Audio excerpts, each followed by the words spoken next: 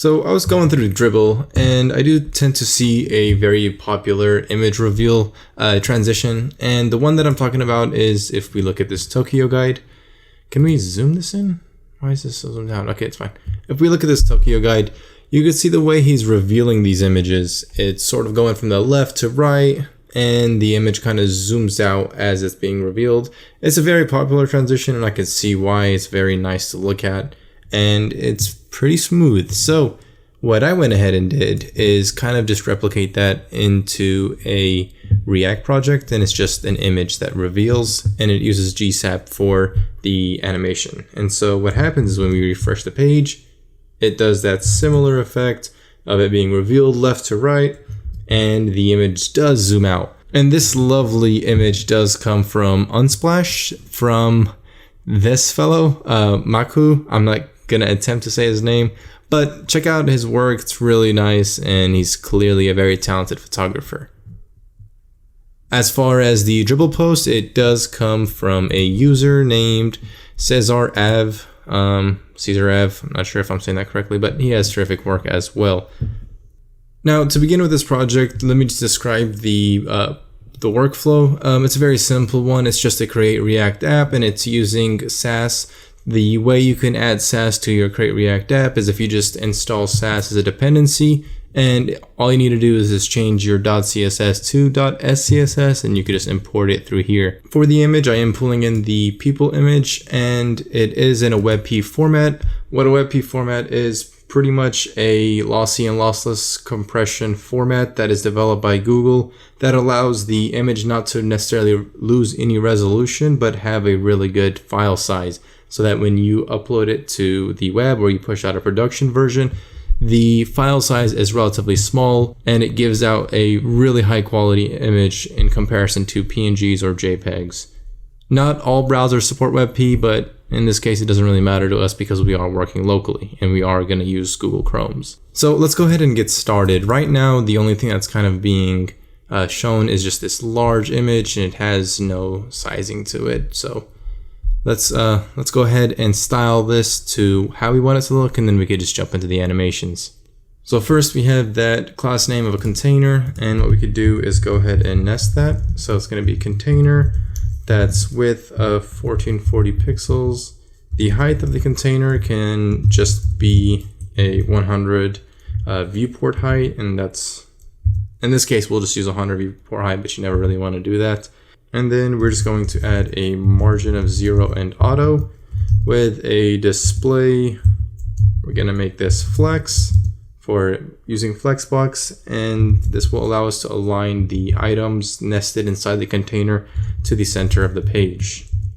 Next, what we want to work on is that image container. The image container is nested within that container, and what this is just a fragment, which is kind of like a div, but it's just us not necessarily needing to write a whole bunch of divs nested within React. So this is just a fragment. So the image container, I'm going to put it outside of the container because it's not going to make a lot of sense right now. And when we're using GSAP later on, we're going to need to use that CSS rule. And so what happens is that when we use a pseudo element, it doesn't pick it up when it's nested. It doesn't really make sense right now, but you'll see in a second. So the image container is going to have a width of 1440 pixels, similar to that container. The height is set to 960 pixels. Now we want to make this image container relative because our image itself is going to have an absolute positioning. And finally, set the overflow to hidden. This will allow for us to kind of create like a masked layer for our image container, and our image itself can be nested within that image container. So if we go ahead and save that, what should happen is we should get that perfect sized image that we want with the 1440 pixels and the 960 pixels height, but the image isn't necessarily centered correctly, and that's fine because that's what we're going to do next. So for our image to work, what we need to do is just inside the image container, add the width to 1440 pixels, and position should be absolute. Go ahead and save that, and if we take a look at our image, we could see that it's perfectly centered within that image container and looks terrific.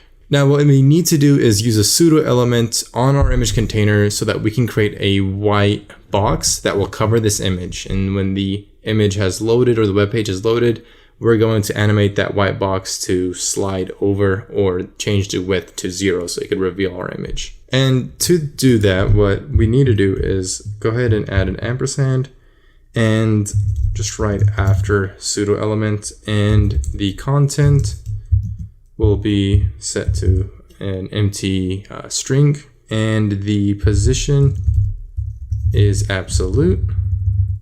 Why is it not picking it up? Position absolute. Am I doing some? Oh, I have a comma. It's not an object. It's a CSS. So the position is absolute, and the width and height will be just set to 100 pixels. And since it is absolute and it's pretty much going to be relative to our image container, it's going to take up 100% of 1440 and 100% of 960 for the height. So our height will also be 100%. Finally, we need to set a top of 0 and I think since we are moving from left to right, we need to set a right to 0. We can finally add a background color, and for now I'll add a background color of pink so that we can actually see the pseudo element. So what happens is that it covers it entirely, and this is exactly what we want. We want this box to cover our image precisely without going over, and using that pseudo element, we're able to do that perfectly. So if you've watched the previous tutorials of part 1 and part 2, it's going to be the same thing. We are going to use a use effect and a use ref, and we're also going to use GSAP. So I'm going to kind of run through this a little quickly. If you don't necessarily understand what's going on, I do recommend you watch part 1 and part 2. So what we first need to do is let's go ahead and add ref attributes to our image in our image container. And to do that, what we need to do is go ahead and use a use ref hook. So we'll say let container equal to use ref, and we'll say null for now. And we can just copy and paste this and just change this to image container. Or sorry, not image container, we already have that. We'll just say image for our image. And so in the image itself, you can add a ref attribute, and we can do the exact same thing for our container. So if we just say, and what this is doing, L is representing element in this case. You could have it be whatever you want, but L is pretty much assigning container to L, and then whatever this element right here, this div, will pretty much replace the null, which is why we wrote a let instead of a const, because this variable is going to be overwritten. So what we could then do is pull in a use effect hook, and if we write our use effect and console.log both these items, so if we log the container and the image, what should happen is the container should return this div element and the image should return the image. And in the log, we can clearly see the container and the image. So go ahead and remove your console. Now, the very important thing that we need to do is how can we call our pseudo element in app.js? We clearly can't access it here, but what we could do with GSAP is use a CSS rule plugin. And what this does is allow us to specifically access a pseudo element of any node element that exists in our DOM. So what I mean by this is if I go ahead and import, CSS rule plugin, and I create a variable called image reveal, and this will represent the after pseudo element for our container, or sorry, for our image container, not the container. For the image container, this will be the after pseudo element. So we can assign this and just say CSS rule plugin dot get rule. And what we do in here is simply access that pseudo element. So what we could do is just write an image dash container and just say after.